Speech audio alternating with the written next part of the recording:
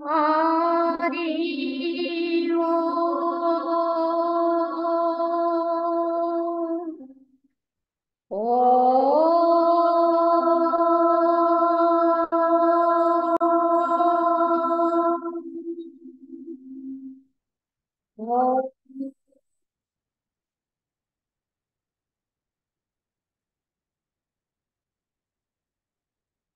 शुक्लाम्बरधरं कृष्णं त्रिवर्णं चतुर्भुजं प्रसन्नवदनं ध्याये सर्वविघ्नोपशान्तये अखण्डमण्डलाकारं व्याप्तं येन चराचरम् तत्पदं दर्शितं येन तस्मै श्रीगुरवे नमः। ॐ गुरुर्ब्रह्मा गुरुर्विष्णुः गुरुर्देवो महेश्वरः गुरुसाक्षात् परं ब्रह्म तस्मै श्रीगुरवे नमः। वन्दे परब्रह्म चिदात्मकं सद्वन्दे गुरुं शान्तमुमेशमीशं वन्दे शिवानन्द गुरुप्रवीरं वन्दे सदा ज्ञानाभिवन्दनीयान् अनन्त सुखदातारामखण्डानन्द विग्रहम् दयालुमति सन्तुष्टं वन्देऽहं मम सद्गुरुं रागादिरोगान् सततानुसर्ता न शेषकाया प्रवृता न शेषान् औसख्यमोहारतिदाना यः पूर्वविद्याय नमोऽस्तु तस्मै यः पूर्वविद्याय नमोऽस्तु तस्मै।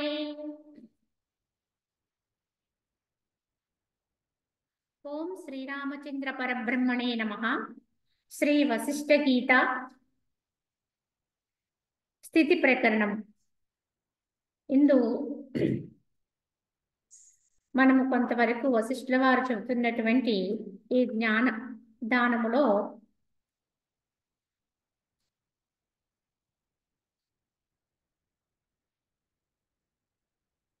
వాసనారాహిత్యం గురించి కొంతవరకు చెప్పుకున్నాం. ఈ వాసనలని నిరోధించడం ద్వారా మనం ఏ విధంగా ఉన్నత స్థితికి వెళ్ళగలము, ఈ యొక్క భీమ భాస దృఢులు అనేటువంటి అసురులను గురించి చెప్తూ ఈ వాసనారాహిత్యం గురించి కొంతవరకు మనకు తెలియచేశారు.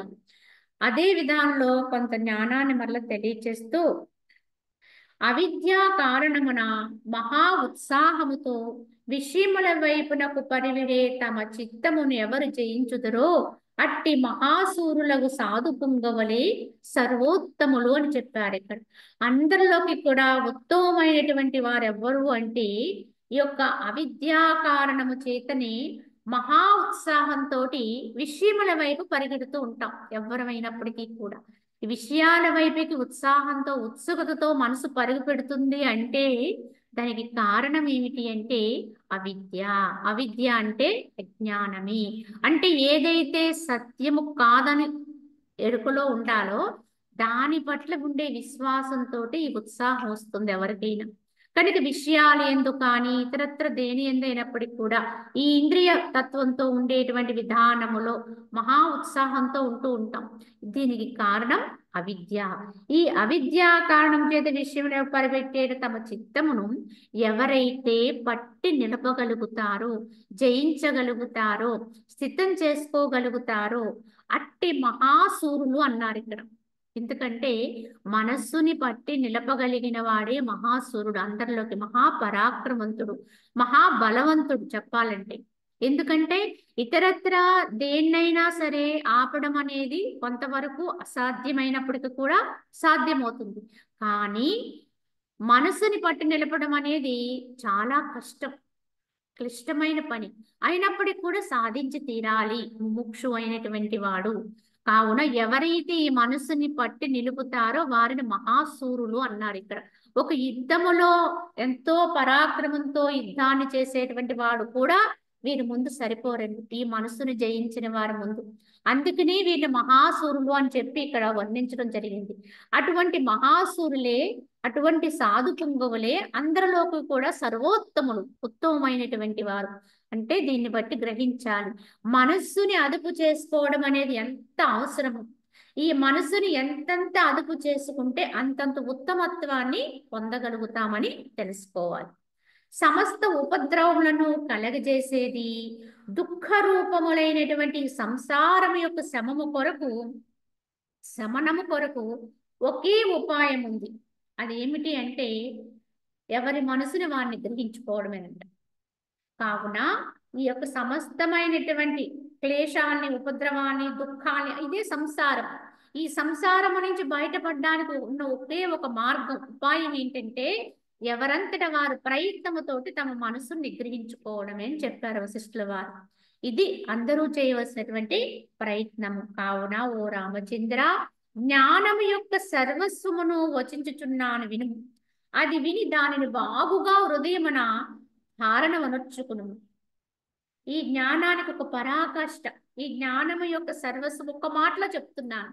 ఇన్ని మాటలుగా చెబుతున్నటువంటి జ్ఞానానంతటినీ కూడా క్రోడీకరించి ఏకం చేసి ఒక్క మాటలో నీకు ఇప్పుడు చెప్పబోతున్నాను. జాగ్రత్తగా విను.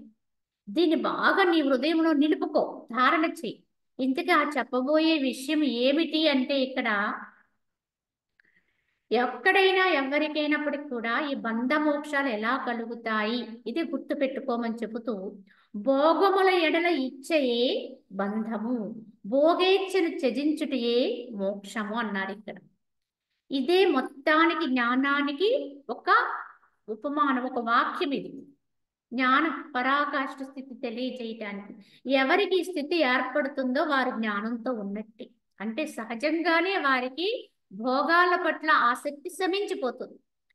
ఈ భోగాల పట్ల ఇచ్ఛ అనేది నశించిపోతుంది. అంటే దేని పట్ల కూడా వారికి సంసక్తి ఉండదు. భోగాలను అనుభవిద్దామని, ఈ యొక్క ఇతరత్ర సౌఖ్యాలను అనుభవిద్దామని, భౌతిక విషయాల పట్ల సక్తత లేనటువంటి స్థితి మనసుకి సహజంగా ఏర్పడుతుంది. ఈ సహజంగా ఏర్పడినటువంటి స్థితి ఎవరికైతే కలుగుతుందో వారు ముక్తిలో ఉన్నట్టే, మోక్షం వైపు వెళుతున్నట్టే. ఇది గుర్తండి, ఒక కుండ గుర్తు చెప్పాలంటే. కానీ బయటికి ఎలా వర్తించినా, ఎక్కడ ఉన్నా, ఆశ్రమ జీవనాన్ని సాగిస్తున్నప్పటికీ కూడా, లేదా ఇతరత్ర వనవాస జీవనానికి వెళ్ళిపోయినప్పటికి కూడా, ఇంకా మనసుకి భోగాసక్తి ఉందనుకోండి, ఇంద్రియ లెక్క లోలత్వం ఉందనుకోండి, తప్పకుండా వారు ఎవరైనప్పటికీ కూడా ఇంకా బంధనాల్లోనే ఉన్నాము అనేది గుర్తించుకోవాలి. కావున దీన్ని బట్టి మనము ఎక్కడున్నాము, ఏ ఒక్క విధానములో ఉన్నాము, ఏ వాతావరణంలో ఉన్నాము అనే దానికంటే కూడా మన మనసు ఏ స్థితిలో ఉన్నది అని గుర్తించుకోవడం అనేది చాలా అవసరం. ఇదే ఎరుకులో ఉండాలి. కనుక ఎక్కడైనా సహజంగానే ఈ భోగాల పట్ల మనకి అప్రియత్వం వచ్చేసింది అనుకోండి, సహజంగానే వాటి పట్ల ఏమాత్రము లాలసత్వము లేదనుకోండి, కలగట్లేదు, ప్రియత్వం లేదు అంటే, ఒక ఇష్టము లేని పదార్థాన్ని తినడానికి ఇచ్చారనుకోండి, అంటే దాని పట్ల నీకు ఏ రకమైన కాంక్ష లేదు, తినాలని అభిలాష లేదు, కానీ ఇచ్చారు. కానీ దాన్ని నువ్వు ఎలా తింటావు? ఏ రకమైనటువంటి దాని పట్ల ప్రియత్వం లేకుండా అది తీసుకోవాలి కనుక తీసుకుంటాం. అలా ఎవరైతే తమ యందు, తమ చుట్టూ ఉండేటువంటి విషయాల్ని కానీ, సుఖాల్ని కానీ, భోగాల్ని కానీ కేవలం అనుభవించే స్థితిలో ఉంటారు, ప్రియంగా కాకుండా, ఈ బంధుత్వాల విషయంలో కానీ ఎక్కడా కూడా ప్రియత్వం లేకుండా వాటిని అనుభవిస్తూ ఉంటారు, వాడు ముక్తిలో ఉన్నట్టే, మోక్షం వైపు వెళ్తున్నట్టే. అలా కాకుండా అన్నిటికీ దూరంగా పోయి కూడా వాటి పట్ల కాంక్షలు మాత్రం లోపల ఉన్నాయనుకోండి, వారు ఇంకా బంధనంలో ఉన్నట్టు. ఇది ఒక గుర్తండి, దీన్ని మనం గమనించుకోవాలి. దీన్ని బట్టి మనం ఎక్కడున్నాము, మన స్థితి ఏమై ఉన్నది యథార్థంగా, నిష్కర్షగా. ఎందుకంటే ఇందులో ఎవరిని ఎవ్వరూ మోసగించేది లేదండి. ఎవరికి వాళ్ళమే పరీక్షించుకోవాలి, మన యొక్క స్థితి ఎలా ఉంది, మనం ఎలా ఉన్నాం, భగవంతునికి ఎంత చేరువుగా ఉన్నాం అనేది యథార్థముగా గమనించుకుంటూ ఉండాలి. కావున ఇతరములకు శాస్త్ర సందర్భములచే ఏమి ప్రయోజనము? ఈ ఒక్క విషయమును మాత్రము ఆచరింపుము అన్నారు. ఇంక ఎన్నెన్నో శాస్త్రాలు చదివి అధ్యయనాలు చేసి వాటి గురించి తర్క వితర్కాలకు పోయి ఎన్ని చెప్పుకున్న ఉపయోగం ఏముంది? అసలుది కలగనప్పుడు అని చెబుతూ ఈ ఒక్క విషయమును మాత్రం ఆచరింపుము. ఇంక నువ్వు ఏ శాస్త్రానికి పోనవసరము లేదు, చాలుము. ఈ ప్రపంచమున ఏదేది రుచికరముగా తోచునో దానినంతను కూడా విషము వలనను అగ్ని వలన చూడుము అన్నారు. విడనాడుము అని భావము. కనుక ఈ జగత్తులో, ఈ ప్రపంచములో, మన చుట్టూ ఉండేటువంటి ఈ ప్రకృతిలో, ఈ వాతావరణంలో మనకి ఏదేదైతే ఇంపుగా తోస్తుందో, ప్రియంగా తోస్తుందో, రుచిగా అనిపిస్తుందో వాటిని విడిచిపెడుతూ ఉండాలి. ఇదే సరైనటువంటి న్యాయం అండి. మనల్ని మనం నిగ్రహించుకోవడానికి ఇంతకంటే మందు లేదు, ఉపాయం లేదు. ఆ విధంగా కాకుండా వాటిని ఎంతవరకైతే అనుభవిస్తూ ఉంటామో అంతవరకు కూడా మనము ఈ మాయలో పడి తిరుగాడుతూనే ఉంటాం, వ్యవహారములోనే ఉంటాం, జగత్తులోనే భ్రమిస్తూ ఉంటాం. కానీ నీ మనసు ఏది కోరుతుందో దాన్ని నువ్వు తెగనాడుతూ ఉండగలిగితే, ఏది ప్రియంగా అనిపిస్తుందో దానికి, ఏది రుచిగా ఉంది తిందామనుకుంటే ఆ పదార్థాన్ని దానికి అందనివ్వకూడదు. ఏది ఇంపుగా ఉంది విందామనే అభిలాష దానికి ఉందో అది ఏదైనా అది దానికి అందకుండా ఉండడమే శ్రేయస్కరము. అలానే ఏది రుచిగా ఉన్నా, ఏది ఇంపుగా ఉన్నా, ఏది దర్శనం అంటే చూడ్డానికి సొంపుగా ఉన్నా వాటికి దూరంగా ఉంచుకునే విధానములో ముందు ప్రయత్నముతోటి సాధించాలి. ఇది కొంత కష్టంగా ఉంటుంది కూడా. ఇష్టమైన వాటిని దూరంగా ఉంచడం అనేది చాలా కష్టమైన పని. అయినప్పటికీ కూడా ప్రయత్నంతో ఇది అవసరం కనుక, తప్పనిసరి కనుక, ఇది విధి నిర్ణయం కనుక. ఎందుకంటే అందుకే మనకి ఒక గురువు అని, ఒక విధానం, ఒక మార్గం ఉండాలి అని చెప్పడానికి కారణం ఏంటి అంటే, నిన్ను ఇలా ఒక క్రమ పద్ధతిలో ఉంచడానికి వారు అవసరం, ఆ మార్గాలు అవసరం. ఈ మార్గంలోకి నువ్వు ఉన్నావు కనుక నువ్వు ఇలా ఉండాలి, ఈ దీక్ష నువ్వు తీసుకున్నావు కనుక నువ్వు ఈ నియమ పాలన చెయ్యాలి, క్రమ పద్ధతిలో ఉండాలి, లేకపోతే దానికి తగిన శాస్తి ఉంటుంది అనేటువంటి భావన నీలో ఉంటేనే, అది కలిగిస్తేనే నువ్వు దాన్ని ఆచరిస్తావు. నీ ఇష్టం వచ్చినట్టు నువ్వు ఉండు, నీకు అవసరమైతే చెయ్యి, లేకపోతే లేదు, నీకు ఉండాలనిపిస్తే ఉండు, లేదంటే లేదు అన్నట్టుగా ఉన్నారనుకోండి పెద్దలు, వారి వెనకాల వారికి వాటి యొక్క నియమ పాలన ఏ మాత్రము కూడా పటిష్టత ఉండదు, నియమ నిబంధనల పట్ల. ఇది యథార్థం అండి. కావునే మనకి ఒక శాస్త్ర ప్రకారం ఒక పరంపర అనేది, ఒక విధానం అనేది ఏర్పాటు చేయడానికి కారణమైనది. కావున ఇది గుర్తించాలి. అలానే గురువు సాంప్రదాయం ఇతరత్ర ఎలా ఉన్నప్పటికీ కూడా మనకి మనమే పరీక్ష చేసుకుంటూ ఉండాలి. మనం నిజంగా ఎక్కడున్నాం, ఎలా ఉన్నాం, మన మనసు ఏం కోరుకుంటుంది, దేన్ని దానికి అందిస్తున్నాం, అది కోరుకునే దాంట్లో ఏది ఉత్తమము, ఏది అధమము. అధమమైనటువంటి వాటిని అందిస్తున్నామా, ఉత్తమమైనటువంటి వాటిని అందిస్తున్నాము. ఉత్తమం అంటే ఏమిటి? ఆత్మకు చేరువుగా చేర్చేది ఏదో అది ఉత్తమమైనటువంటి స్థితి, ఉత్తమమైన విధానం, దాన్ని పొందే ప్రయత్నం చేయాలి. కానీ అధమం అంటే ఆత్మకు అన్యంగా నేను తీసుకెళ్ళిపోయే విషయాలు ఏవైనా సరే అవి అధమమే. అవి ఎంత ముఖ్యమైనవైనా సరే మనం మరి ఏ పరిస్థితిలో ఉన్నామనేది గమనించుకుంటూ ఉండాలి. కావున అలా మనకి బాగా ఇష్టమైన వాటిని విషం వల్లే చూడాలి, అగ్ని వలె చూడాలి. అగ్ని ఎవరు కూడా తాకలేం, తాకటానికి భయపడతాం కాలుతుందేమో అని. అంతకంటే కూడా కాల్చేస్తాయి ఈ విషయాలు. కనుక వాటికి దూరంగా ఉండాలి. విచారణ లేక చేయబడే విషయ త్యాగము మహా కష్టతరముగా ఉండదు. కానీ మరల లెస్సగా విచారణ సరిపి క్రమముగా భోగ వాసనని విషయమును త్యజిస్తే తుదకు ఆ విషయ త్యాగము మహాసుఖమును కలగజేస్తుంది. కానీ ఇంతకు ముందు చెప్పారు ఏమని? ఏది నీకు ఇష్టమో దాన్ని దూరంగా ఉంచు, ఏది నీకు రుచిగా అనిపిస్తుందో దాన్ని దగ్గరకు రానివ్వకు, దాన్ని దూరంగా పెట్టు. ఇలా చెప్తే ఇది అంతా మనకి చాలా కష్టమైన పద్ధతి. మనసుని చంపుకొని ఎందుకు ఇంత బాధపడాలి అనేటువంటి ప్రశ్న కూడా వస్తుంది. కానీ ఇక్కడ గమనించండి, కష్టం అనేది ఎప్పటి వరకు తోస్తుంది? ఇలా అంటే బలవంతంగా వాటిని అదుపు చేస్తే మాత్రం కష్టమేది. ఎందుకు వాటిని దూరంగా ఉంచాలో తెలియకుండానే వాటిని దూరంగా ఉంచుతున్నాం అనుకోండి, అది కష్టంగా అనిపిస్తుంది. కానీ విచారణ చేసుకున్నాం అనుకోండి, వాస్తవాన్ని గుర్తించే ప్రయత్నం చేశామనుకోండి, ఎందుకు వాటిని దూరంగా ఉంచాలి అని మనకు మన పెద్దలు చెప్పారో, లేదా శాస్త్రాలు ఆదేశించాయో, వాటిని లోతుగా మనం అధ్యయనం చేశామనుకోండి, విచారణ చేసుకున్నాం అనుకోండి, అప్పుడు ఈ విషయ త్యాగము, ఈ భోగాల త్యాగము ఇవన్నీ కూడా కష్టంగా అనిపించవు. ఎందుకంటే విచారణ లేకపోవడం వల్ల అది కష్టంగా అనిపించింది. చూడండి, ఇంతకు ముందు కూడా ఒక సాదృశ్యం చెప్పుకున్నాం. ఒక చిన్న పిల్లవాడు పదే పదే తమ ఇంటి ఆవరణ దాటి బయటకు వెళ్ళిపోతుంటాడు. కానీ ఆ వెళ్ళిపోవడం వల్ల అదొక మార్గం అనమాట, రోడ్డు. ఆ మార్గంలో ఎన్నో వాహనాలు వెళ్ళిపోతూ ఉంటాయి. వాడికి ఎంతో అది హాని, ప్రమాదం. కానీ వాడికి తెలియక వెళ్ళిపోతూ ఉంటాడు. అప్పుడు ఆ ఇంట్లో ఉన్న తల్లి ఏం చేస్తుంది? వెళ్ళి వెంటనే ఆ పిల్లవాడిని వెంట పెట్టుకుని కూడా తీసుకొచ్చి, చకచకా తీసుకొచ్చి వారింటి లోపల కూర్చోబెట్టి మళ్ళీ తన పనిలోకి వెళ్ళిపోతుంది. కానీ ఆ పిల్లవాడికి ఎన్నిసార్లు తీసుకొచ్చి లోపల కూర్చోబెడితే అన్ని సార్లు కూడా వాడు బయటికి పరిగెట్టేస్తుంది. ఆ తల్లికి విసుగొచ్చేసింది.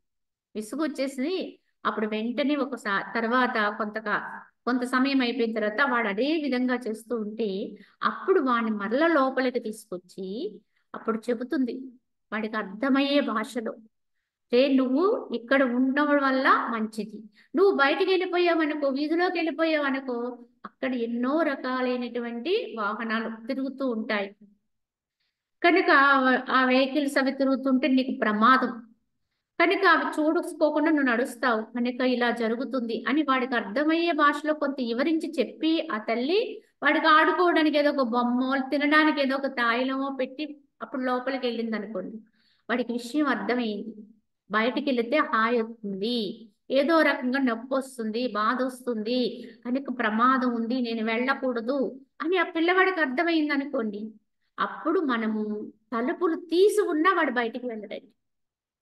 అంతకు ముందు వాడిని కాయలేక తలుపులు వేసుకున్నాం, కానీ ఇప్పుడు వాడికి అర్థమైంది బయటికి వెళ్తే ప్రమాదం వస్తుందని. ఇప్పుడు తలుపులు తీసున్నా ప్రమాదం లేదు, వాడు బయటికి వెళ్ళడండి. అలా వెళ్లకుండా ఏం చేస్తాడు? ఇక్కడ ఆ తల్లి ఇచ్చిన బొమ్మతో ఆడుకుంటాడు, లేదా దాన్ని తింటూ ఉంటాడు. ఇది ఒక విధానం. ఇదే మనం కూడా పాటించాలి. ఆ బాలకం అంటే ఆ యొక్క బాలుడు ఉన్నాడు, చిన్న పిల్లవాడు, అంతకంటే కూడా బాలుడు ఎవరు అంటే ఎవరి మనస్సు వారికండి. చిత్త బాలకం అంటారు. ఇది బాలుని పగిది తెలియక వర్తిస్తూ ఉంటుంది. కనుక ఆ చిత్త బాలుడు ఆ బాలుడిని ఎలా చేయాలంటే మాలిమి చేసుకోవాలి. ఎలా మాలిమి చేసుకోవాలి అంటే దానికి విషయం అర్థమయ్యేటట్టుగా చెప్పాలి. ఎలా అయితే ఆ తల్లి బయటకు వెళితే నీకు ప్రమాదం వస్తుందని ఉదాహరణతో సహితంగా చెబితే వాడికి అర్థమైంది, అలాగే ఈ మనసుకు కూడా నువ్వు పదే పదే విషయాల వైపుకు వెళ్ళిపోతే, సుఖాల వైపుకు వెళ్ళిపోతే, భోగాల వైపుకు వెళ్ళిపోతే అక్కడ ఏముందని వెళ్తున్నావు? అవన్నీ నిస్సారం. అవి ఎన్నిసార్లు అనుభవించినా అవి ఇంకా చాలు అని మాత్రం మనకు అనిపించదు. అవి నిజమైన సౌఖ్యం కాదు, సుఖం కాదు అనేటువంటి తత్వాన్ని దానికి అర్థమయ్యే భాషలో అర్థమయ్యే విధంగా చెప్పాలి. ఎవరు చెప్పాలి? మనసుకి.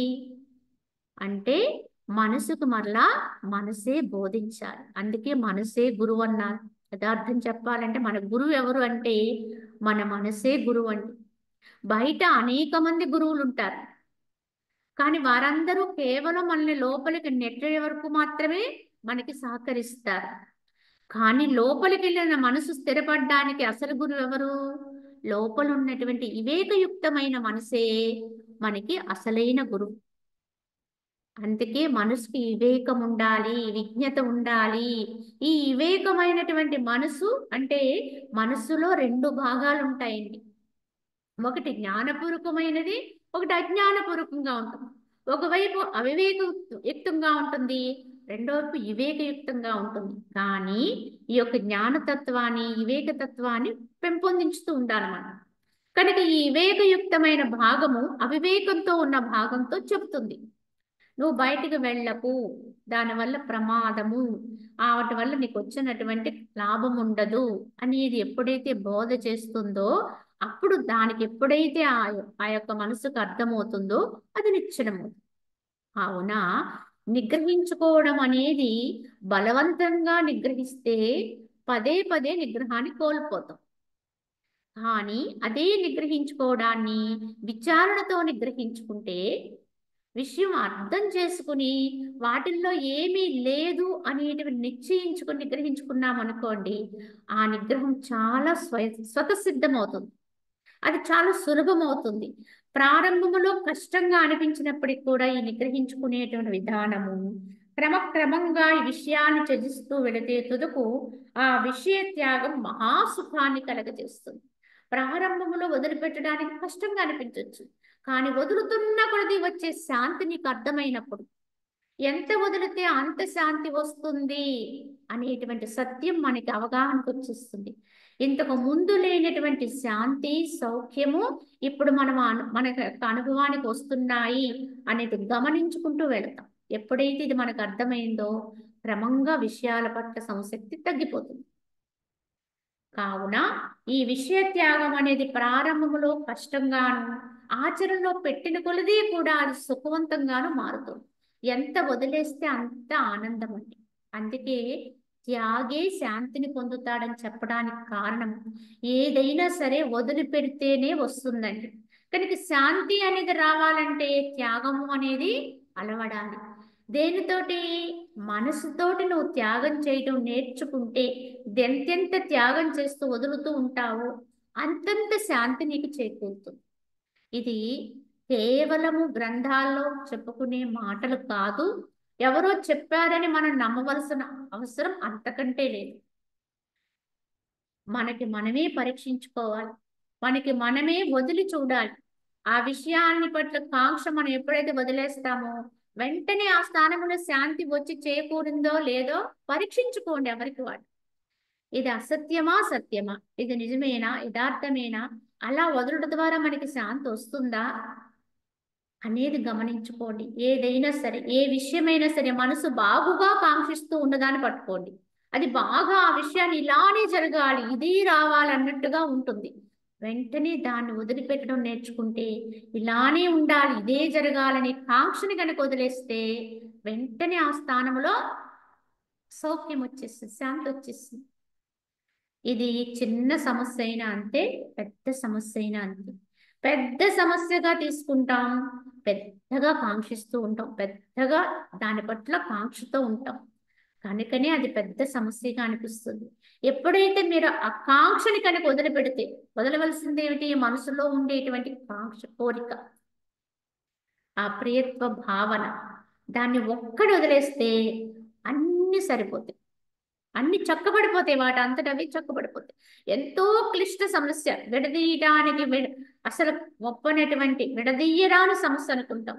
కానీ మనస్సుతో ఒక్క స్థిర నిశ్చయం చేసుకుని దాని పట్ల కాంక్ష వదిలేయండి, వెంటనే దాని అంతట అదే పటాపంచలే సమస్య అనేది వెంటనే అది దానంతట అదే పటాపంచలైపోతుంది. ఇది మనకు మనమే గమనించుకోవాలి. అదే ఇక్కడ వశిష్ఠుల వారు చేస్తున్నటువంటి బోధ. మనసు మిక్కిలి మలినమైనచో ఫలము కూడా తదనురూపముగాని నీచ ఫలమే వస్తుంది. కనుక మనసు యొక్క భావన, ఎందుకంటే మనసు మలినమవుతుంది అంటే కారణం ఏమిటి? మలిన మనసుకి మలిన వాసనలే వస్తాయి, మలిన భావాలే వస్తాయి, మలిన సంకల్పాలతోటే ఉంటుంది. అంటే అశుద్ధంతో ఉంటుంది అది. అంటే ఉండకూడని గుణాలే అశుద్ధమండి.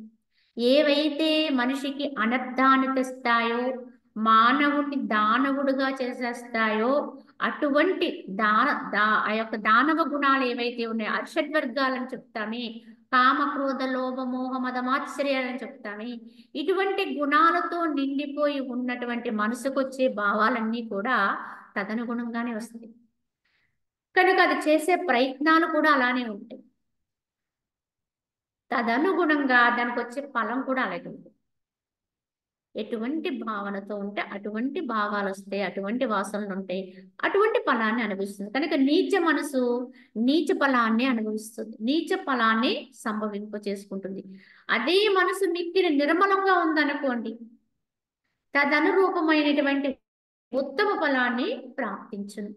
కనుక ఏ ఫలమైనా మనకు వచ్చే ఫలము ఎక్కడి నుంచి వచ్చింది, దానికి బీజం ఎక్కడి నుంచి పడింది అంటే నీ మనసే అనేటువంటి ఆ క్షేత్రములో ఎటువంటి బీజాన్ని నాటేవో అటువంటి ఫలాన్ని బయట అనుభవిస్తాం.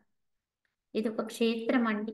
భూమి దున్ని దాంట్లో ఒక విత్తనం నాటావు. నువ్వు ఏ విత్తనం నాటితే ఫలం అదిగానే వస్తుంది. కనుకని ఆ విత్తనం ఎటువంటిదైతే ఫలం అలా వస్తుంది. అలాగా ఆ విత్తనం మొలకెత్తాలి అంటే దానికి ఆ క్షేత్రం కూడా పనిచేయాలి. అలాగే ఈ మనస్సు మలిన మనసుతో ఉంటే మలిన బీజం నాటుతాం, మలిన ఫలనమే వస్తుంది. ఉత్తమంగా ఉంటే, శుద్ధంగా ఉంటే, పవిత్రంగా ఉంటే వచ్చేటువంటి భావాలు, సంకల్పాలు అన్నీ కూడా పవిత్ర భావాలే వస్తాయి. నిస్వార్థ భావాలే వస్తాయి. త్యాగపూర్వకమైన భావాలే వస్తాయి. అందుకే మానవుడుగా ఉన్నవాళ్ళం కూడా అందరి యొక్క చర్య ఒకలా ఉండదు. అందరి యొక్క భావాలు ఒకలా లేవు. అందరి యొక్క వాక్యాలు ఒకలా ఉండవు. ఎందుకు అంటే అది వారి వారి మానసిక స్థితిని బట్టి ఉంటుంది. వీటన్నిటిని బట్టి మనసు ఎక్కడుంది, ఎలా ఉంది అనేది గమనించుకోవచ్చు. ఎవరిదో కాదండి, ముందు మనది మనం చూసుకోవాలి. మనం ఎలా ఉన్నాం, మన మనసు యొక్క స్థితి ఏమిటి అనేది గమనించుకోగలిగేటువంటి విధానం ఉండాలి. కావున నిర్మలమైతే కనుక నిర్మల ఫలమే సంప్రాప్తించను. చంద్రుడు క్షీణించినను తన పూర్ణత్వమును గూర్చిన అభిలాషను త్యజింపనట్లుగా నిరంతరము ప్రయత్నశీలమై ఉన్నట్టు సదా నిర్మలమై ఉన్నట్టు చిత్తము గల మనుజుడు దేశోప్లవాదులచే దారిద్ర్యాది దోషములచే చుట్టబడి ఉన్నప్పటికీ కూడా తన మహత్తర మార్గమును చిత్తశాంతిని విడనాడడు అన్నారు. ఎందుకు అంటే అమావాస్య రోజు చంద్రుడు కనపడడండి, క్షీణించిపోతాడు. కానీ క్షీణించిపోయాను కదా అని చెప్పి చంద్రుడు నిరాశపడి అలానే ఉండిపోతే మన్నాడు మనకి చంద్రోదయం అవ్వదండి, నెలపొడుపు రాదు. కానీ అంత క్షీణించిపోయినటువంటి స్థితిని కూడా ఆయన నిరాశపడకుండా వెనువెంటనే మళ్ళీ ఉదయిస్తాడు. చంద్రవంకల నెలవంక మరలా ఉన్నతమవుతాడు, మరలా పూర్ణత్వాన్ని పొందుతాడు, పూర్ణచంద్రుడు అవుతాడు. ఇదే మనిషికి ఉండవలసిన లక్షణం. కావున ఎన్నిసార్లు ఓడిపోయినా అన్నిసార్లు కూడా జయత్వాన్ని పొందే ప్రయత్నంలో ఉండాలి. అదే విధంగా ఈ పూర్ణత్వాన్ని ఎలా అయితే పొందుతాడో చంద్రుడు, అదే విధంగా సాధకుడు కూడా నిరంతరము కూడా ప్రయత్నశీలమై ఉన్నట్టు సదా నిర్మలమై ఉన్నట్టు చిత్తము గల మనుజుడు ఎల్లప్పుడూ కూడా తన ప్రయత్నాన్ని విడిచిపెట్టకూడదు. ఈ యొక్క దేశకాల వాతావరణాలను బట్టి అనేక దోషాల చేత కొట్టబడవచ్చు, అనేక రకాలైన సంకటాల్లో చిక్కుకోవచ్చు. ఎందుకంటే అదంతా కూడా వ్యవహారికంగా, అలాగే సంస్కార రీత్యా, గత జన్మ కర్మ రీత్యా, అలాగే మన చుట్టూ ఉండేటువంటి పరిసరాల రీత్యా ఎన్నో రకాలైనటువంటి అవస్థల్ని మనం అనుభవించవలసి రావచ్చు. కానీ ఒకప్పుడు చాలా తగ్గుదలకు వెళ్ళిపోవచ్చు. అంటే ఏంటి, క్షీణదశకి వెళ్ళిపోవచ్చు. అంటే రకరకాలైనటువంటి ఈతి బాధల్ని, ఇతరత్ర బాధల్ని అనుభవించవలసి రావచ్చు.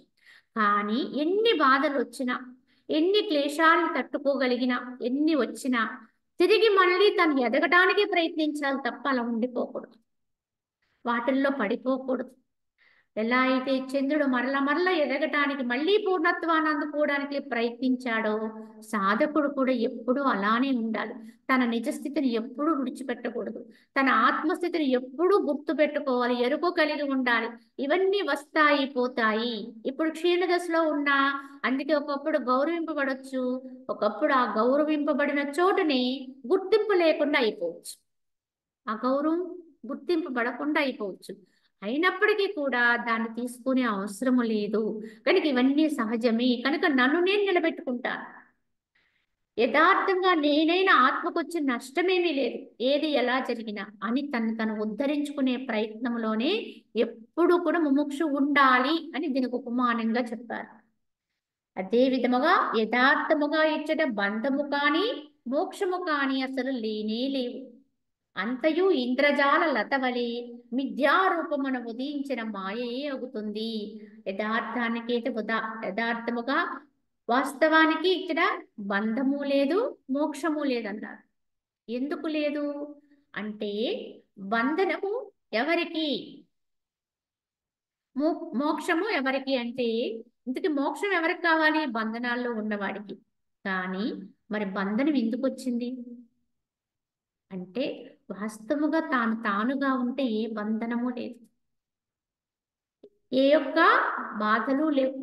తానైనటువంటి తాను మూలములో ఏదైతే ఉన్నాడో తన వాస్తవ తత్వం ఏమిటో అది కానీ ఉండిపోతే, అంటే ఏమీ అంటించుకోకుండా ఉన్నామనుకోండి, కడగవలసిన అవసరమే లేదు. మరి కడగవలసిన అవసరం ఎందుకు వచ్చింది అండి అంటే, ఉండకూడని దాన్ని అంటించుకున్నాం కనుక దాన్ని తీసేయటానికి కడుక్కోవాలి. అలానే వాస్తవంగా మనం ఏమై ఉన్నామో అటువంటి పరిశుద్ధమైనటువంటి ఆత్మతత్వంగా మనం ఉండిపోయాం అనుకోండి, ఇంకప్పుడు మనం వేరే ముక్తి కొరకు ప్రయత్నించవలసిన అవసరమే లేదు. ముక్తి కొరకు ప్రయత్నించడం అనేది ఏమిటి? బంధనాలను తెంచుకోవడానికి. అసలు బంధనమే రాలేదనుకోండి, బంధనమే లేదనుకోండి, నేనైనా ఆత్మగానే ఉన్నాను, ఎన్నడూ దేహాత్మతత్వానికి పోలేదనుకోండి, దేహ అహంకార స్థితిని కొని తెచ్చుకోలేదనుకోండి, నేనైనా ఆత్మ ప్రకాశంతో ఉన్నా అనుకోండి, వాడు మోక్షం కొరకు ప్రయత్నించే అవసరం ఏమని చెప్పండి? మోక్షం కొరకు ప్రయత్నించిన వాడు మోక్షంలోనే ఉన్నాడు, అచ్చోటనే ఉన్నాడు. ఒక చోటికి వెళ్ళాలనుకుంటాం, ఒక గమ్యం, అది పలానా చోటు అని చెప్తారు, దాన్ని ఉదాహరిస్తూ ఉంటారు, అది ఇలా ఉంటుంది అలా ఉంటుంది ఆ చోటని. తీరా చూస్తే నేనున్న చోట అదే అనుకోండి, అప్పుడు నేను ఎక్కడికైనా ప్రయాణం అవ్వాలా? ఏదైనా వాహనం ఎక్కాలా? ఎక్కడికైనా వెళ్ళాలా? కాశీ వెళ్ళాలని ఎంతో మంది చెప్పారు. సరే, కాశీ క్షేత్రం ఎలా ఉంటుందండి అని అడిగాడు. కాశీ అంటే ఇలా ఉంటుంది అలా ఉంటుంది ఇలా ఉంటుంది అని ఉదాహరణతో సహితంగా అన్ని చెప్తూ ఉంటే, ఇందుకు ఆ చెబుతున్నటువంటి ఉదాహరణలన్నీ కూడా తానున్న చోట్లోనే ఉన్నాయి.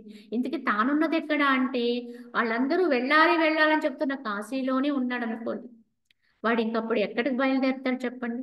ఎక్కడికి వెళ్ళాలి? ఏ చోటికి పోవాలి అంటే వాడికి అర్థమవుతుంది, నేను ఉన్నదే అదే అని. అదే విధముగా ఎవడైతే తన యొక్క సహజతత్వంతో ఉంటాడో, సహజమైన ఆత్మస్థితిలో ఉంటాడో, వాడికి మోక్షాన్ని పొందే అభిలాష కూడా అవసరం లేదు.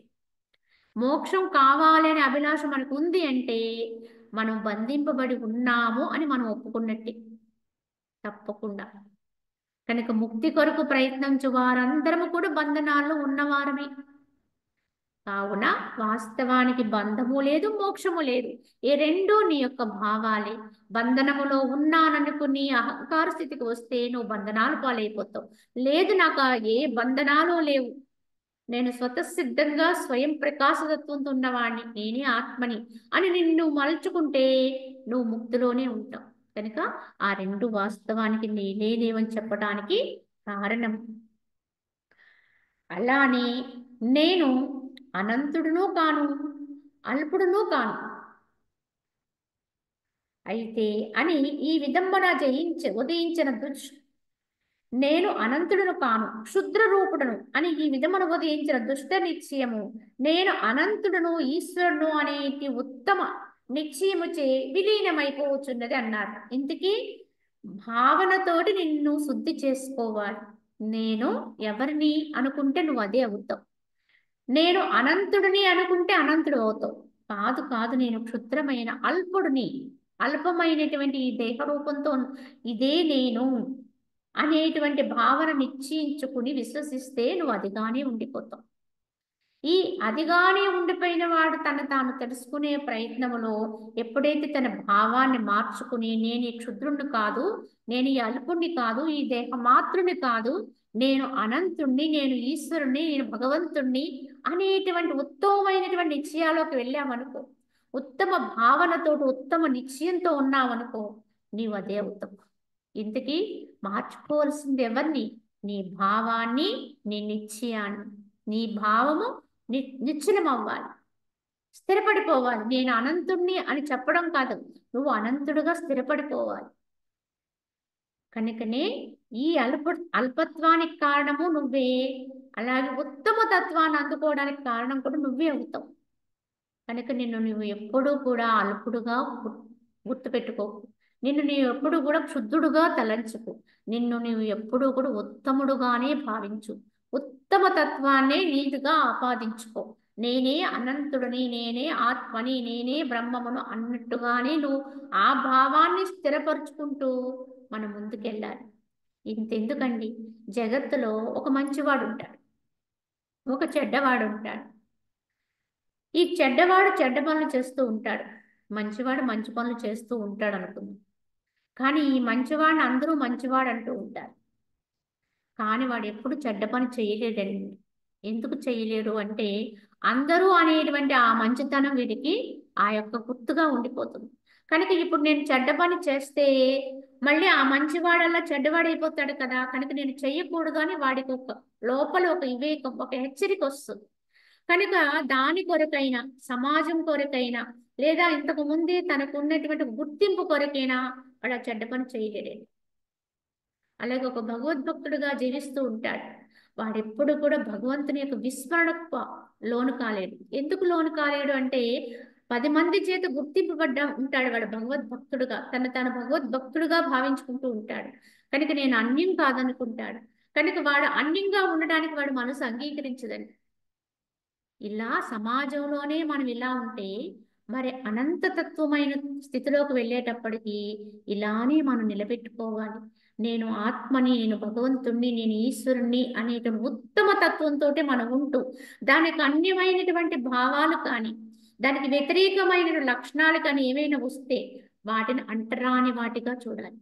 అవే నిజంగా మనల్ని మైలుపరిచేవి, అవే అశుద్ధం. కనుక వాటికి వ్యతిరేక భావాలు కానీ, వ్యతిరేక లక్షణాలు, గుణాలు ఏవైనా మన చెంతకు వస్తే వాటిని వెనువెంటనే త్యజిస్తూ ఉండాలి, విడిచిపెడుతూ ఉండాలి, దూరీకరిస్తూ ఉండాలి, దూరానికి నెట్టి వేసుకుంటూ మనల్ని మనం కాపాడుకుంటూ ఉండాలి. ఇదే యథార్థంగా మడి కట్టుకోవడం అండి, తన శుద్ధత్వాన్ని తాను కాపాడుకోవడం. అంటే ఏం చూడండి, నేను మడిలో ఉన్నాను, పవిత్రంగా ఉన్నాను కనుక నన్ను తాకవద్దు అని చెప్తూ ఉంటాం. ఇప్పుడు నేను పవిత్రంగా ఉన్నాను కనుక నన్ను అంటరాదు, నేను ఒక పవిత్ర విషయానికి సంబంధించి ఉన్నాను, పవిత్ర స్థితిలో ఉన్నాను అని చెప్పడం కోసమే మనం భౌతికములో ఒక విధానములో ఒక వేషధారణది, ఒక మడి కట్టుకున్నాం అని చెప్తాం. కానీ వాస్తవానికి ఎక్కడ మడి కట్టుకోవాలి అంటే, అంతరములో నేను ఒక పవిత్రుణ్ణి, ఉత్తముణ్ణి, శుద్ధుణ్ణి అన్నట్టుగా మనకు మనమే మడి కట్టుకుంటాం. దానికి విరుద్ధ లక్షణాలు కానీ, విరుద్ధ భావాలు కానీ ఏవి వచ్చినా సరే దరిదాపులకి చేరనివ్వకూడదు. అలా ఆ విధంగానే మనల్ని మనం రక్షించుకుంటూ ఉండాలి. నేను ఎందుకు వాటిని చేరనివ్వకుండా ఉంటావంటే, నా యొక్క స్థితికి అవి అడ్డొస్తాయి, మైలపరుస్తాయి అని చెప్పి వాటిని పక్కకు నెట్టేస్తాం. వాటిని అంటకుండా కాపాడుకుంటూ ఉంటాం. మనల్ని మనం రక్షించుకోవాలి. వాటిని దూరీకరించడం విషయం తర్వాత అండి, ముందు మనమే తొలగాలి. వారిని దూరంగా పొమ్మని చెబితే అది కుసంస్కారం అవుతుంది. కనుక మనమే దూరంగా వెళ్ళిపోయాం అనుకోండి, అప్పుడు మన యొక్క శుద్ధత్వం మనం కాపాడుకోగలుగుతాం. అలానే విషయాల నుంచి, వ్యక్తుల నుంచి, దుష్టతత్వము నుంచి, అన్నిటి నుంచి కూడా మనల్ని మనమే రక్షించుకుంటూ మనమే వాటి నుంచి దూరం దూరం జరుగుతూ ఉండాలి. అలా మన పవిత్రతని మనం కాపాడుకుంటూ ఉండాలి. కావున ఆ విధముగానే మన ఉత్తమ నిశ్చయము ఎప్పుడు కూడా సుదృఢం చేసుకుంటూ ఉండాలి. సర్వవ్యాపకమై నిర్మలమైనటువంటి తన యొక్క ఆత్మ విషయమున ఈ దేహ మాత్రమే నేనను నిశ్చయం ఏది కలదో అది ఈ లోకమున జీవుని యొక్క స్వవికల్ప కల్పితమగు బంధమగుచున్నది. వాస్తవంగా లేనటువంటి బంధనాలు ఎందుకు వస్తున్నాయంటే, ఈశ్వరుడుగా, అనంతుడుగా, భగవంతుడుగా, మహత్తరతత్వంతో ఉండవలసిన వాడు తన స్థితిని మరచి, విడిచి, కిందికి దిగి ఏమైపోతున్నాడు, నేను అల్పుణ్ణి, క్షుద్రుణ్ణి, దేహాత్ముణ్ణి, నేను చనిపోతాను, నాకు ఈ బాధలున్నాయి, నాకు కష్టాలున్నాయి అని ఆ యొక్క విధానంలో పడిపోతుంది. అంత ఊర్ధ్వంగా, అంత ఉన్నతంలో, ఎక్కడో పైమెట్టులో ఉండవలసిన వాడు తనకి తానే దిగజార్చుకుంటాన భావాన్ని క్రింది స్థాయికి దిగజారిపోయి జీవుడుగా అయిపోతున్నాడు, జీవత్వాన్ని కొని తెచ్చుకుంటున్నాడు. కావున నీ దేహ మాత్రమే నేను నిశ్చయం ఏది కలదో అది ఈ లోకమున జీవుని యొక్క స్వవికల్ప కల్పితమగు బంధమగుచున్నది. ఎప్పుడైతే ఇలా తాను దిగజార్చుకుంటూ ఉన్నాడో వాడే జీవుడుగా ఉంటూ తన యొక్క సొంత సంకల్ప వికల్పాలతో తానే కట్టేసుకుంటున్నాడు. ఈ బంధనాలు కూడా ఎవ్వరు కూడా బయట నుంచి వచ్చి మనల్ని బంధించటలేదు. మరి ఎవరు బంధిస్తున్నారు? మనకి మనమే బంధించుకుంటాం. మనకు మనమే వాటిని ఆలింగనం చేసుకుంటున్నాం. అంతే తప్ప అవ్వొచ్చి మన కట్టివేయట్లేదు. ఈ విషయంలో ఒక చిన్న కథ చెప్తారు మహనీయులు. ఎందుకంటే స్వామి విద్యాప్రకాశానంద స్వామి వారు చెప్పినటువంటి ఈ కథ ఏమిటి అంటే, ఒక గురువు గారు ఉన్నారంటే, ఆ గురువు గారి దగ్గర ఎంతో మంది శిష్యులు విద్యాభ్యాసం చేస్తూ ఉంటారు. అయితే ఒక రోజున ఒక శిష్యుడు ఆయన ప్రశ్నిస్తాడు. ఏమిటంటే, ఎప్పుడూ మీరేదో బంధము, మోక్షము, ముక్తి ఇలా చెప్తూ ఉంటారు కదా. అసలు స్వామి, అసలు బంధం అంటే ఏమిటి, మోక్షం అంటే ఏమిటి అని చెప్పి అడుగుతాడు. అడిగితే, ఇవన్నీ మనల్ని పట్టుకుని వదలట్లేదు కదా, మరి బంధం అంటే ఏమిటని అడిగితే అప్పటికి ఆయన ఏమి సమాధానం చెప్పలేదు ఆయన. సరే తర్వాత చూద్దామని ఊరుకున్నారు. ఒకానొక రోజున ఆ శిష్యుడు గురువుతో సహితంగా కొంతమంది కలిసి నదీ స్నానానికి వెళ్తూ ఉంటారు. వెళ్తూ ఉండగా కొంత దూరం వెళ్ళిపోయినప్పుడు ఆ యొక్క మార్గ మధ్యములో ఒక పెద్ద వృక్షం ఉంటుందన్నమాట. అప్పుడు గురువు గారు ఏం చేస్తారంటే, ఆ వృక్షం దగ్గరికి వెళ్ళి ఒకసారి దానికి నమస్కారం చేసుకుందామని తనని అడిగినటువంటి శిష్యుడిని కూడా తీసుకుని ఆ చెట్టు దగ్గరికి వెళ్తారు. వెళ్ళి అప్పుడు వెంటనే ఆయన తన రెండు చేతుల్ని కూడా ముందుకు చాపి ఆ చెట్టుని ఆలింగనం చేసుకున్నారు. ఆలింగనం చేసుకుని దాన్ని గట్టిగా అత్తుకుని వెంటనే తన రెండు చేతులు కూడా ఇలా ఒకదానితో ఒకటి కలిపి ఆ చెట్టుని ఆలింగనం చేసుకుని అలానే ఉండిపోయి, అప్పుడు తన శిష్యుని పిలిచి, ఓ శిష్య, నన్ను ఈ చెట్టు వదిలిపెట్టట్లేదు, నన్ను గట్టిగా బంధించింది కనుక నన్ను దీని నుంచి విడది అని చెప్పి ఆ శిష్యుని పిలుస్తారు. పిలిస్తే అప్పుడు ఆ శిష్యుడు గారు వచ్చి గురువు గారిని గట్టిగా పట్టుకుని దాని నుంచి విడదీయటం కోసం ఎంతో ప్రయత్నం చేసి వెనక్కి లాగుతాడు. కానీ ఈయన లాగిన కొలది కూడా ఆయన చేతిని గట్టిగా బిగిస్తూ ఉన్నారు కనుక దాని నుంచి విడిపడట్లేదు. సరే, ఈ వైపు నుంచి విడిపడట్లేదు కదా, ఆ వైపు నుంచి చేద్దామని వెళ్ళి ఆ వేళ్ళని విడదీసే ప్రయత్నం చేస్తాడు ఆయన. అప్పుడు కూడా ఆయన తన బలంతో ఆ వేళ్ళని విడతీయలేదు. ఏ విధంగా చూసినా ఆయన ఈ వైపు నుంచైనా ఆ వైపు నుంచైనా సరే చెట్టును పట్టుకుని వదలట్లేదు. పైపెచ్చి ఏమంటున్నారు, సమయం అంతా గడిచిపోతుంది, సూర్యాస్తం అయిపోయే సమయం వచ్చేసింది కనుక నన్ను ఈ చెట్టు ఎప్పుడు వదులుతుందో ఏమో, తొందరగా విడది అని చెప్తున్నాడు.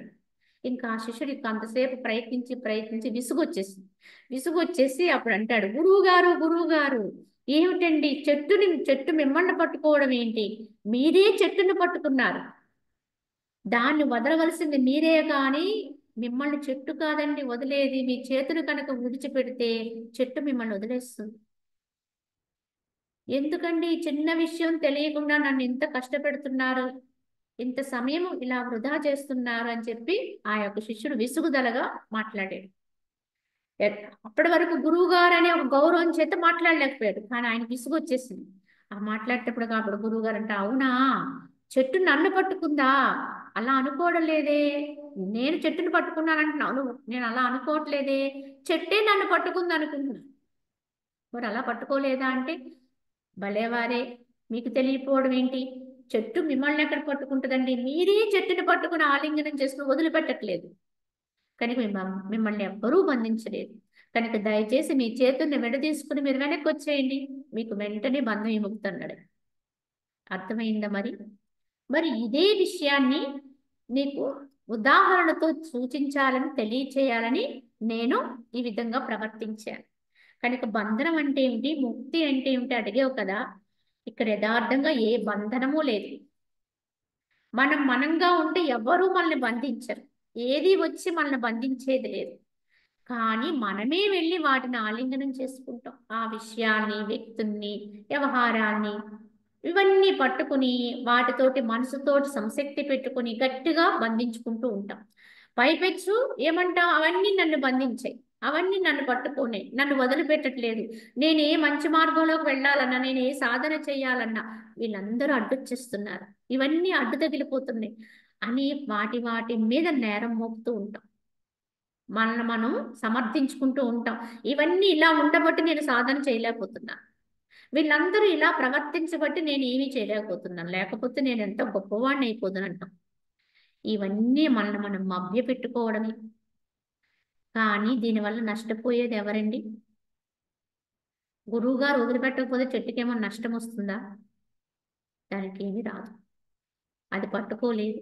అదే విధంగా ఈ జగత్తులో విషయాలు, వ్యక్తులు, సంబంధ బాంధవ్యాలు అన్నీ మనం ఇలానే పట్టుకుంటున్నాం. మనసుతో పట్టుకుంటున్నాం. బయటికి దూరంగానే ఉంటామండి. వాళ్ళు ఎక్కడో ఉన్నారు దూరదేశంలో.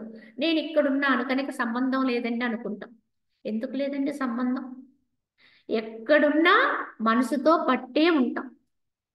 కనుక సంబంధం లేదనటానికి సరిపోదు. అలాగే దాపునే ఉన్నా, చెంతనే ఉన్నా మనసుని కనుక అదుపు చేసుకోగలిగితే, నువ్వు యథార్థాన్ని గుర్తించగలిగితే సంబంధం లేకుండా కూడా ఉండొచ్చు. కనుక ఉండవలసిన ఈ యొక్క బంధనాలు ఎక్కడ పడతాయి, ఎక్కడ వదులుతాయంటే మనసే పెట్టుకుంటుంది, మనసే వదులుచుకుంటుంది.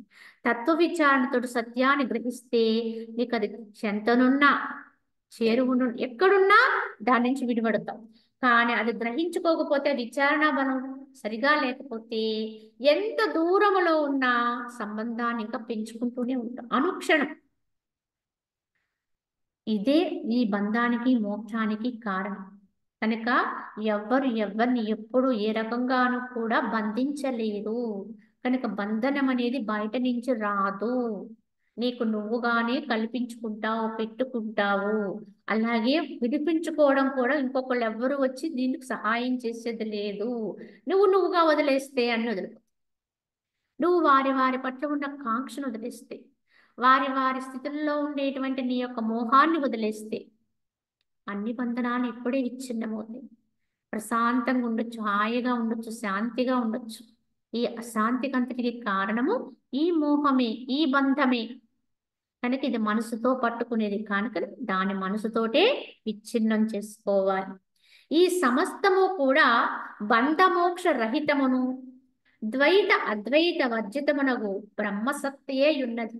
ఇది పరమార్థ సత్యం. కనుకని ఇక్కడ ఏమున్నది అంటే సమస్తము కూడా ఇంకొకటిగా ఏదీ లేదు. ఏమిటి అంటే అది బంధమోక్షానికి అతీతం. ఈ సమస్తము నిండి నిబిడీకృతమై ఉన్నది, అది లేని చోటు లేదని చెప్తున్నాను చూడండి. అది ఏమిటి అంటే అది బంధము లేదని, మోక్షము లేదని. ఈ బంధమోక్షాలకి అతీతమైనది. ఈ బంధమోక్ష రహితత్వం అది. దాంట్లోకి బంధము రాదు, మోక్షము అవసరం లేదు. అలాగే అది ద్వైతమా అద్వైతమా, అది రెండా ఒక్కట. ఇవన్నీ మనం వాటి విధానాల్లో ఎన్నో రకాలైనటువంటి మనము వాటి గురించి తర్క వితర్కాలకు పోతూ ఉంటాం. మీరు ద్వైతం అండి, అద్వైతం అండి, మాది విశిష్ట అద్వైతం అండి, మాది అదండి, జీవుడు ఉన్నాడు, దేవుడు ఉన్నాడు, మాకు భగవంతుడు వేరుగా ఉంటాడు, ఇలా చెప్తూ ఉంటాం. యథార్థానికి ఇవి ఏవి అక్కడ పనికిరావండి.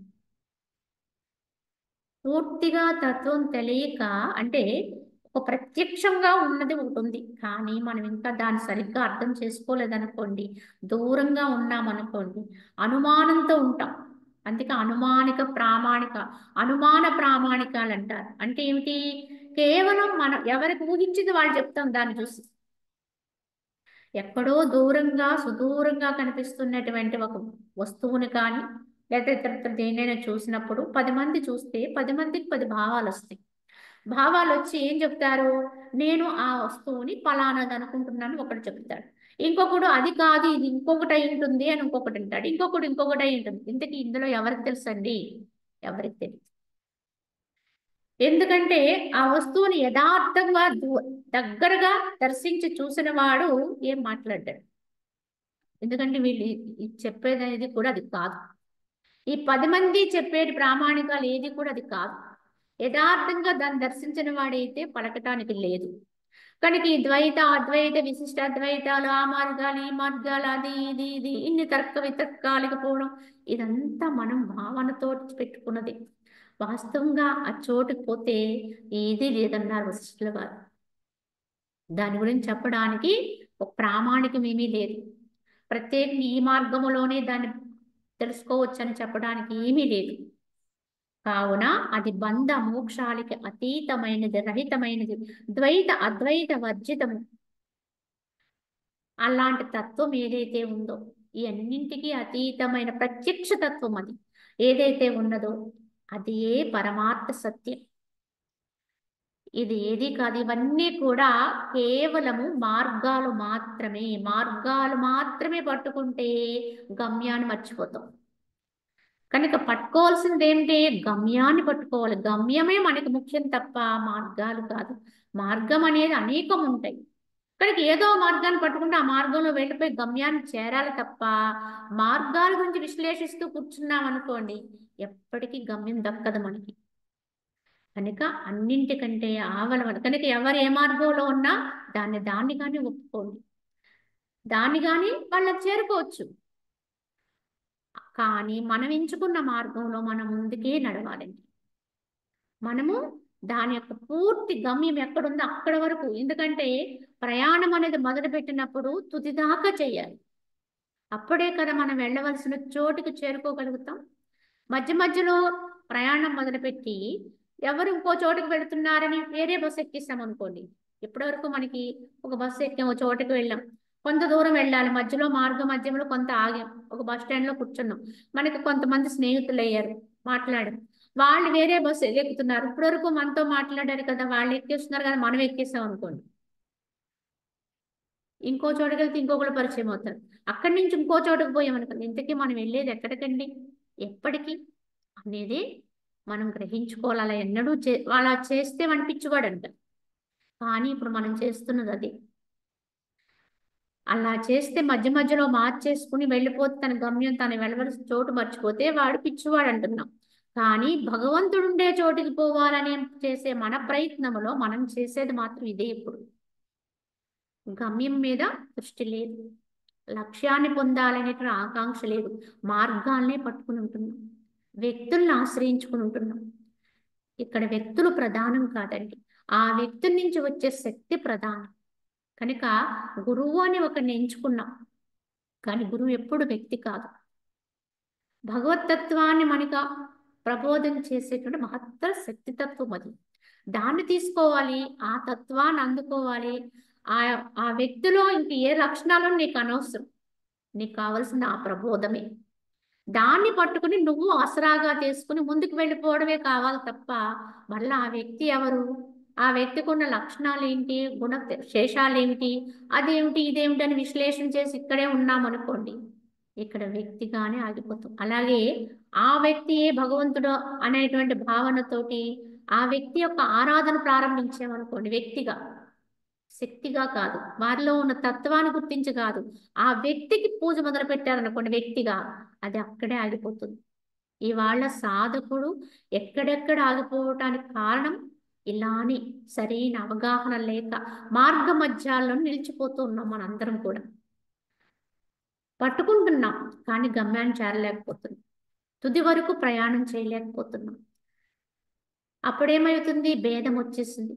మా విధానమే సరైనది, మా గురువు గారే మంచివారు, ఇలా మనం ఎప్పుడైతే దాన్ని ఇక్కడతోటి ఆగిపోయి దీన్ని ఒక ప్రత్యేక పద్ధతిలో తీసేసుకుంటామో అసలు మర్చిపోయే ప్రమాదం వచ్చేసింది. కావునే వశిష్ఠుల వారు దీన్ని ఖండించారు. ఎప్పుడు ఇలా చేయకండి, ఇలా ఉండవద్దు, కనుక అది అన్నిటికీ అతీతమైనది, మీకు తర్క వితర్కాలకి అక్కడ చోటు లేదు, అది ద్వైతమా అద్వైతమా ఇంకొకట అనేది మీకు అవసరం కాదు, అది ఒక బ్రహ్మతత్వము, కనుక దాన్ని అందుకోవడమే మీకు విశేషం తప్ప ఇంకొకటి ఏమీ లేదు. అదే నువ్వు ఉన్నావని తెలుసుకునే వరకు కూడా ప్రయాణం ఆపకూడదు. కనుక ఇదే పరమార్థ సత్యం అన్నారు. అదే విధంగా మహా నైర్మల్య కారణమున వినాశమును పొందినది, సమస్త పదార్థములందును అసక్తమై ఉండేది, అమనస్క స్థితిని పొందినది అయినటువంటి మనసే ఇట బ్రహ్మమును కాంచును కానీ తదితరము కాదు. ఇంతకీ ఇటువంటి స్థితిని, ఇటువంటి ఈ యొక్క ద్వైత అద్వైతాలకు అతీతమైన బ్రహ్మమును కాంచాలంటే ఎవరికి సాధ్యమవుతుంది, ఎటువంటి మనసుకు సాధ్యమవుతుంది అనేది చెప్తూ మహానైర్మల్య కారణమున, అంటే సాధారణ నిర్మలత్వం కాదండి, సాధారణ పవిత్రత సరిపోదు. ఏదో కొద్దిగా శుద్ధి అయ్యాం కదా, మేము మంచివాళ్ళగానే ఉన్నాం, మన మనసు మంచిగానే భావిస్తుంది ఆలోచిస్తుంది అన్నట్టుగా ఉన్నాం, కానీ ఎక్కడో ఇంకా దాని లోపల స్వార్థం ఉంది, విషబీజాలున్నాయి. ఇదేది కూడా మనకు అక్కడికి వచ్చేటువంటి స్థితి కాదు. కానీ ఎప్పుడంటే మహానైర్మల్య కారణం, అంటే అది పూర్ణముగా నిర్మలత్వాన్ని పొందిన కారణమున అది ఏమైంది అంటే చచ్చిపోయింది. పూర్తి నిర్మలత్వాన్ని పొందిన మనసు ఏమవుతుంది? పూర్తిగా కడిగేసిన మనసు ఏమవుతుంది అంటే అది లేదండి, ఇంకా అది నాశనం అయిపోతుంది. ఎందుకంటే ఎలా అయితే శుద్ధత్వం కొరకు మనము దాన్ని ఉతికి ఉతికి ఉతికి ఉతిగా ఏమవుతుంది అది అంటే జీర్ణస్థితికి వెళ్ళిపోతుంది, జీర్ణత్వాన్ని పొందేస్తుంది ఒక వస్త్రమైనప్పటికీ కూడా. అలాగే ఇక్కడ మనస్సుని ఎవరైతే ఉతుకుతారో ఉతికి ఉతికి దాంట్లో ఎక్కడెక్కడ మలినం దాగుందన్నట్టుగా ఎవడైతే అతిగా అంటే దాని అన్ని వైపుల నుంచి శుద్ధం చేస్తాడో వాడికి అప్పుడు మనసే మిగలదండి, ఇంకా అదే ఉండకుండా అయిపోతుంది, అది వినాశనాన్ని పొందేస్తుంది. అటువంటి వినాశనమును పొందినది సమస్త పదార్థములందును సక్తమై ఉండేది. ఇలా మనసే లేని వాడికి పదార్థాలేందు సక్తత ఏముంటుందంటే అసక్తత, దేని పట్ల సక్తత లేనిది అమనస్క స్థితి. అంటే మనసు లేని స్థితిని పొందినది అయినటువంటి మనసు, మనసు లేనటువంటి మనసు ఎప్పుడైతే వస్తుందో అటువంటి స్థితి బ్రహ్మమును కాంచగలుగుతుంది, కానీ అన్యము కాదు. ఎవరికైతే ఎవరి మనసుకైతే ఈ విధానం ఏర్పడుతుందో అట్టి మనసే బ్రహ్మతత్వాన్ని అందుకోగలుగుతుంది.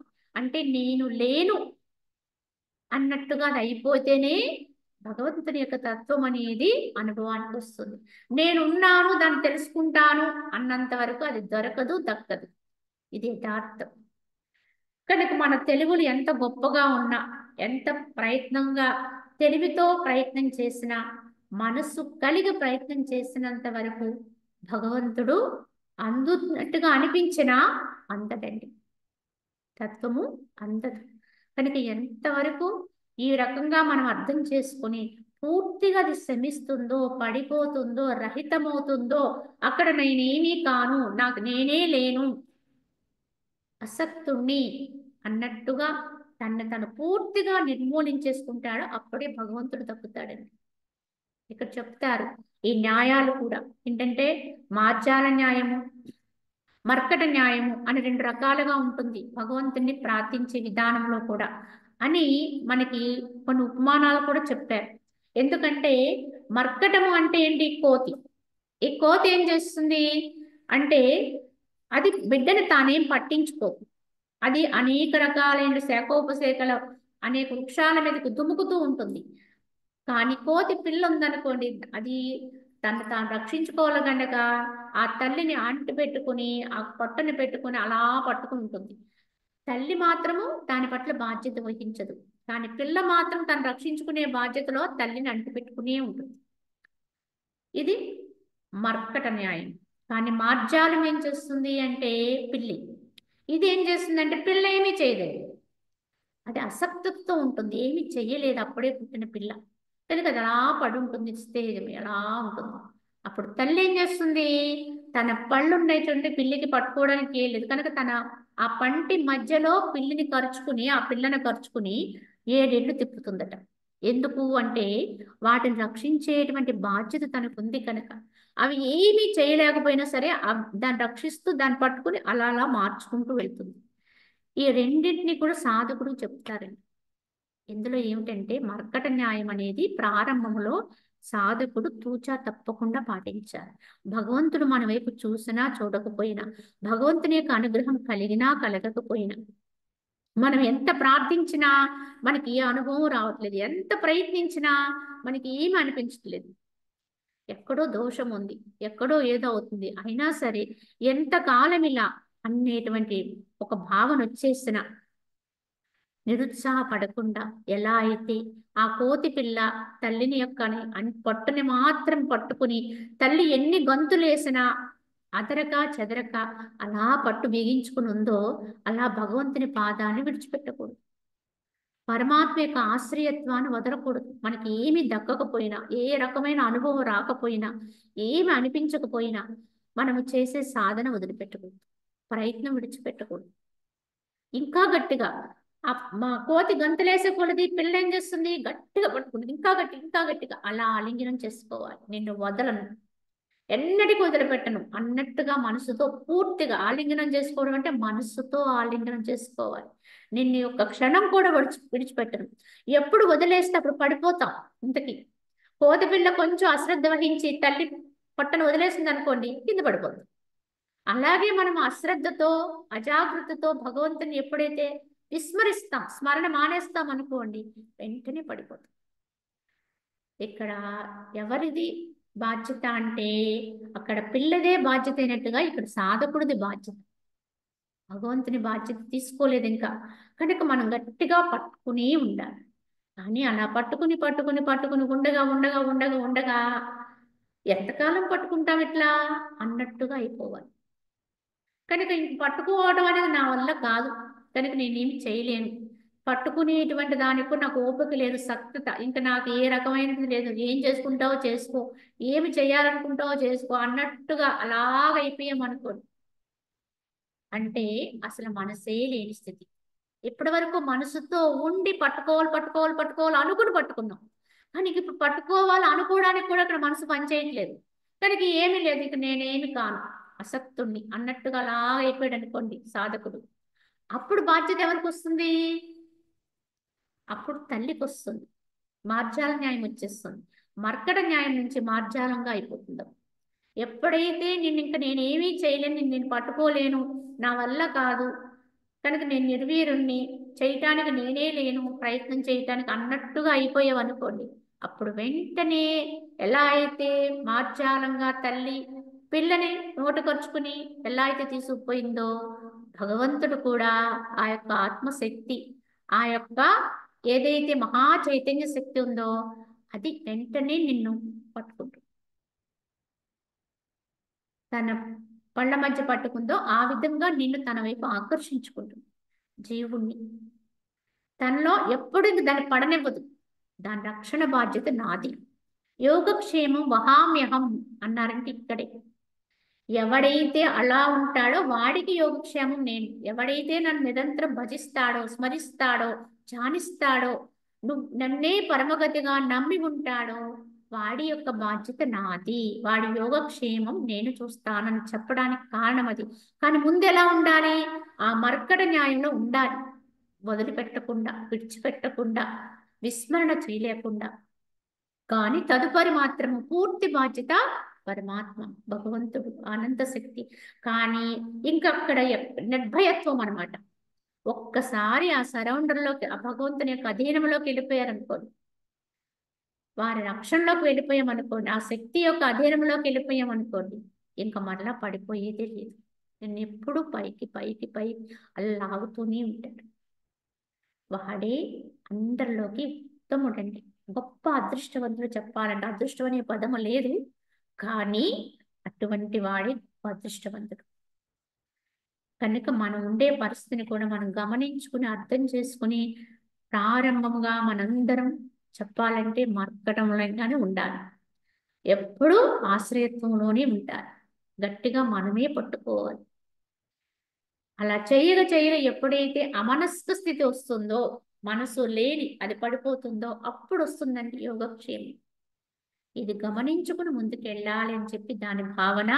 దీంట్లోనే ఇంకా కొంత అర్థాన్ని మనం తెలియచేస్తూ వశిష్ఠుల వారు ఏం చెప్పబోతున్నారో రేపటి భాగంలో తెలుసుకుందాం. హరి ఓం తస్సత్.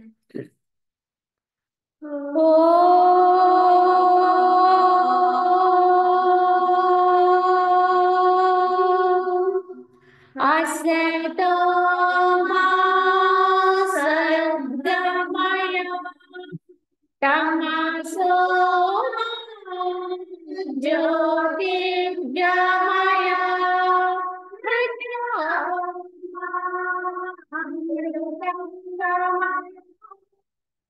ఓం శాంతి శాంతి శాంతి.